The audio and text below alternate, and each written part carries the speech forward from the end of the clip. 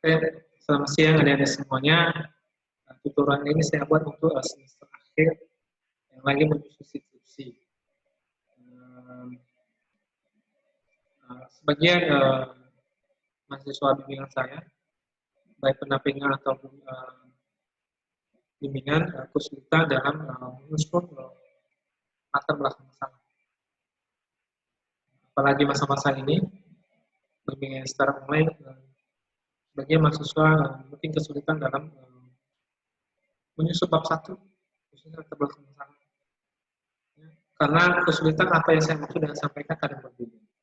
Oleh karena itu saya buat video ini membantu mahasiswa semester akhir yang lagi menyusun skripsi agar dapat menyusun skripsi dengan baik, salah satunya latar belakang masalah.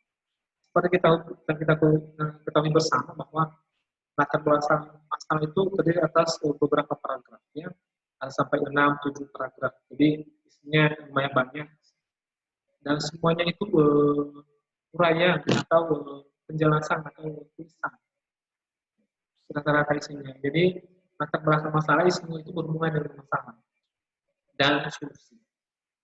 Yang saya disebut latar belakang masalah. Ingat bahwa penelitian atau judul skripsi kita itu adalah mengandung sebuah masalah. Jadi dari masalah tersebut kita uraikan masalahnya dan begitu juga penyelesaiannya. Itu yang diuraikan di latar belakang. Jadi di sini saya menjelaskan apa sih susunan paragraf dari latar belakang. Dari paragraf pertama, kedua, ketiga, keempat, dan lain sebagainya. Jadi mudah-mudahan video ini sangat bermanfaat bagi adik-adik semua. Perlu saya informasikan bahwa sebuah penelitian mengandung sebuah masalah. Dan solusinya adalah, atau penyelesaiannya adalah, masalah tersebut kita selesaikan dengan algoritma yang kita gunakan. Jadi masalah diselesaikan dengan algoritma yang kita gunakan sesuai dengan metode atau judul skripsi yang kita gunakan. Perlu saya informasikan bahwa penulisan skripsi harus dengan panduan. Salah satunya adalah penulisan ukuran kertas, merging kiri kanan, dan lain sebagainya. Yang penting adalah dalam penulisan sebuah skripsi tidak boleh menggunakan kata saya, kita, mereka, kau, dan kata ketiga yang lain. Biasanya menggunakan kata penulis, ya, bukan saya. Seharusnya semua bahasa asing itu diberikan, seperti file, database itu semua diberikan, atau tags. Jadi itulah beberapa panduan skripsi atau beberapa sistematika penulisan skripsi singkat pada penjelasan dan ini. Kita kembali ke topik bagaimana sih isi dari latar belakang masalah skripsi. Tujuannya adalah biar skripsi Anda terkonsisten. Seperti apa sih susunannya? Seperti ini. Ini contoh penelitian yang sudah selesai. Ini latar belakang masalahnya. Ini sudah selesai. Ada beberapa paragraf, ya. Ada paragraf pertama, kedua, ketiga, keempat, kelima, keenam. Nah, jadi ada sampai 6 paragraf. Nah, coba perhatikan. Ini kita lihat dulu apa sih judul dari penelitian ini. Judulnya adalah implementasi algoritma clustering KAMIS untuk mengelompokkan mahasiswa yang baru yang berpotensi. Studi kasusnya di STMIK Budi Dharma. Oke, perhatikan. Di sini yang kita perhatikan itu ada 4 poin. Yang pertama adalah ini termasuk data mining. Algoritma yang kita gunakan adalah clustering KAMIS. Ketiga, objek penelitiannya adalah mahasiswa baru. Keempat, di kasusnya di STMIK Budi Dharma. Jadi judul ini mengandung 4 makna. Pertama, termasuk kelompok data mining atau kategori data mining. Kedua, algoritmanya KAMIS. Yang ketiga, mahasiswa baru objek penelitiannya, dan studi kasusnya atau tempat dilaksanakannya penelitian adalah di STMIK Budi Dharma. Seperti apa sih susunan bab dari judul yang seperti ini? Ya, saya jelaskan seperti ini. Oke, kalau Anda lihat, Nah, coba Anda lihat dulu. Paragraf pertama dari penelitian ini adalah membahas tentang mahasiswa baru, tidak membahas dengan yang lain. Coba Anda lihat paragraf pertama. Mahasiswa baru adalah individu yang sedang menuju kematangan pribadi. Ketika pertama kali menginjak kaki di suatu perguruan tinggi, yang terlintas dalam benak kebanyakan mahasiswa adalah bagaimana supaya dapat kuliah dengan baik dan seterusnya. Jadi ini satu paragraf minimal 5 baris. Jadi satu paragraf dalam penelitian adalah minimal 5 baris. Jadi satu paragraf ini tidak dicampur-campur, hanya membahas tentang mahasiswa baru. Yang kedua, paragraf kedua berisi tentang STM di Dharma. Sekolah Tinggi Manajemen Informatika dan Komputerasi di Dharma merupakan salah satu perguruan tinggi yang ada di Provinsi Sumatera Utara dan paragraf kedua membahas STM di Dharma. Kenapa STM di Dharma? Karena STM di Dharma itu adalah studi kasus dari penelitian ini. Coba lihat, studi kasus STM di Dharma. Berarti paragraf kedua membahas tentang institusi atau lembaga STM di Dharma. Tidak membahas dengan yang lain-lain, hanya membahas tentang institusi tersebut. Ya, sebagian Anda mahasiswa yang sudah buat sebelumnya kan dicampur-campur, tidak boleh. Satu saja dibahas, jadi satu paragraf tersendiri. Jadi tidak dicampur-campur. Seterusnya, paragraf ketiga. Nah, di paragraf ketiga ini kita menguraikan masalah. Mulai dari asal-usul masalahnya dan akibatnya. Bisa satu paragraf, bisa juga dua paragraf. Di kasus ini saya buat dua paragraf. Oke, paragraf pertama, setiap tahun STM Dharma melaksanakan penerimaan calon mahasiswa baru. Proses penerimaan calon mahasiswa baru melalui ujian seleksi masuk STM Dharma. Materi yang diujikan untuk seleksi ujian masuk adalah matematika, bahasa Inggris, pengetahuan umum, dan pengetahuan komputer. Hasil dari beberapa mata kuliah tersebut akan digabung dengan nilai ujian nasional, rata-rata dan nilai ujian nasional matematika dan bahasa Inggris. Nilai gabungan tersebut sebagai nilai akhir untuk di-ranking dengan nilai peserta lainnya. Pertimbangan seorang calon mahasiswa baru diterima atau tidak diterima berdasarkan batas nilai minimal dan daya tampung STM Dharma pada tahun ajaran berjalan. Di sini menguraikan asal-usul dari masalah. Oke, paragraf seterusnya. Setelah paragraf asal-usul masalah. Selama ini seleksi penerimaan calon mahasiswa baru STM Dharma hanya digunakan untuk mencari mahasiswa baru dan tidak digunakan untuk pencarian atau pengumpulan mahasiswa yang berpotensi, sehingga distribusi mahasiswa baru di setiap kelas tidak merata. Nah, itu masalahnya. Distribusi mahasiswa di setiap kelas tidak merata, ada yang pandai, ada yang biasa saja. Jadi, itulah masalahnya. Apa akibat dari masalah tersebut?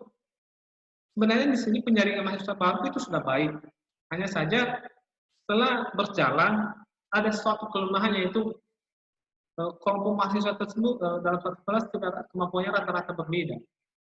Karena misalnya A bisa aja dia matematika pandai, tapi bahasa Inggris tidak. C misalnya dia pada bahasa Inggris, tapi si D tidak. Jadi dalam satu kelas hasil penyaringan itu ada masalah baru, yaitu masalahnya kemampuan mahasiswa tidak rata dan tidak memasukkan kemampuan mahasiswa yang berpotensi secara rata-rata. Jadi hanya memasukkan mahasiswa yang memang ya pandai-pandai, tapi pandai di bidang tertentu tidak dikelompokkan. Dan dimana selama ini penerimaan tersebut hanya dapat dari mahasiswa baru yang tidak digunakan untuk mahasiswa berpotensi, sehingga distribusi mahasiswa baru untuk setiap kelas tidak merata. Apa akibatnya? Pertama, staf pengajar kesulitan dalam mengambil tindakan kelas. Mengambil tindakan kelas dalam mengajar. Seperti dalam penyampaian materi perkuliahan, karena kemampuan mahasiswa dalam sekelas yang sering berbeda-beda, sering berbeda jauh, dan lain yang berkaitan lainnya, sehingga sebagian mahasiswa memperoleh nilai rendah pada mata kuliah tertentu. Sudah jelas kan? Ada masalah, ada akibat, ada efeknya. Masalah yang tadi mahasiswa di setiap kelas potensinya berbeda-beda, sehingga akibatnya masalah dosen sudah mengajar. Apa efek yang diperoleh? Nilai mahasiswanya sebagian rendah pada mata kuliah. Jadi masalah diuraikan apa masalahnya, akibatnya ada F yang ditentukan. Seperti itu membuat paragraf masalah di dalam penelitian. Jadi paragraf masalah itu adalah ada di paragraf ketiga dan paragraf keempat. Lanjut. Ya, kita lanjut ke paragraf kelima. Berdasarkan penelitian dilakukan oleh Anindi Krismawardina dengan topik implementasi algoritma Kamis untuk mengelompokkan penyakit pasien pada Puskesmas Kajeng Pakalongan, menyimpulkan bahwa inisiasi sejumlah klaster sebanyak 2 sesuai dengan pendefinisian nilai K dengan jumlah klaster akut ada 376 item. Klaster tidak akut ada 624 item. Dengan total jumlah data adalah 1000. Indeksnya 1. Kalau Anda dalam penelitian, satu paragraf penelitian sebelumnya bisa diambil dari jurnal, artikel, atau penelitian sebelumnya. Jadi caranya, Anda bisa menggunakan jurnal. Di kasus ini saya menggunakan jurnal. Jurnal tersebut, formatnya seperti ini, ambil namanya, ambil judul jadi jurnal tersebut, setelah itu ambil kesimpulan. Begitu juga penelitian kedua. Begitu penelitian oleh Johan Oscar On. Dengan judul implementasi ini, menyimpulkan bahwa sama juga saya ambil namanya, saya ambil judul-judulnya, saya ambil kesimpulannya, dan saya buat indeks. Jadi, dalam penelitian ini, dalam tulis minimal 2 kutipan sebelumnya, atau 2 jurnal penelitian sebelumnya, dibuat dalam satu paragraf. Mungkin Anda bertanya, mana jurnal tersebut? Ini jurnalnya. Nah, ini jurnalnya, ini judulnya, ini pengarangnya,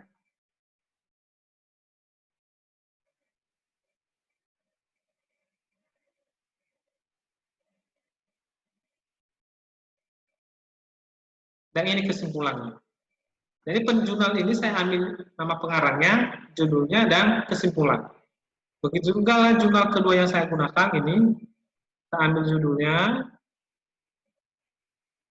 saya ambil pengarangnya, dan saya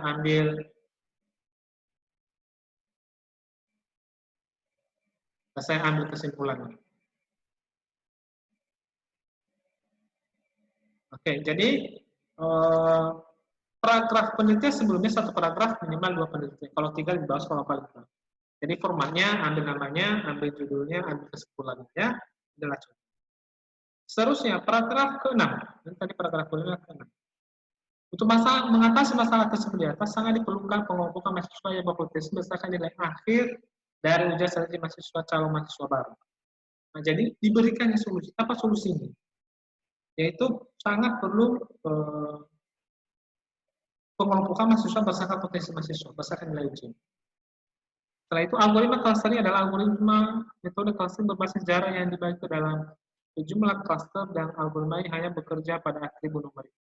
Dengan algoritma kami sangat memudahkan dalam pengelompokan calon mahasiswa baru yang berpotensi, sehingga staf pengajar dapat lebih mudah dalam mengambil kelas untuk mengajar mata kuliah. Misalkan orang yang di atas maka penulis mengangkat judul penelitian dalam implementasi algoritma clustering Kamis untuk mengumpulkan mahasiswa baru yang berpotensi. Jadi ini kesimpulannya adalah paragraf solusi. Tadi kan ada masalah, ini paragraf masalah penelitian sebelumnya, ini adalah paragraf solusi yang kita tawarkan. Jadi algoritma kita yang kita gunakan bisa menyelesaikan masalah yang diuraikan di atas. Bisa menyelesaikan masalah yang diuraikan di atas. Jadi menghubungkan definisi dari algoritma yang kita gunakan dengan masalah yang kita bahas. Seperti di sini langsung dijelaskan bahwa algoritma clustering dapat mengelompokkan data-data numerik. Data-data numerik tersebut adalah data nilai mahasiswa. Pas nyambung. Jadi kalimatnya nyambung. Jadi seperti itu uraian paragraf tulis. Jadi secara singkat, latar belakang masalah ini terdiri atas paragraf pertama objek penelitian, paragraf kedua studi kasus, paragraf keempat masalah dan akibat, paragraf kelima penelitian sebelumnya, paragraf ke-6 adalah paragraf solusi. Jadi dari semua coba ikuti panduan tersebut supaya skripsi Anda cepat ACC. Inilah yang bisa panduan yang saya bisa sampaikan. Semoga bermanfaat bagi Anda semua. Jangan lupa tetap belajar, tetap semangat mengerjakan skripsinya, dan penulisan skripsi Anda tetap ikuti panduan Dharma dan ikuti panduan dari kampus yang lain. Karena saat Anda ikuti kampus, dari kampus lain sudah pasti tidak di ACC. Ya, yang bisa saya sampaikan, selamat siang.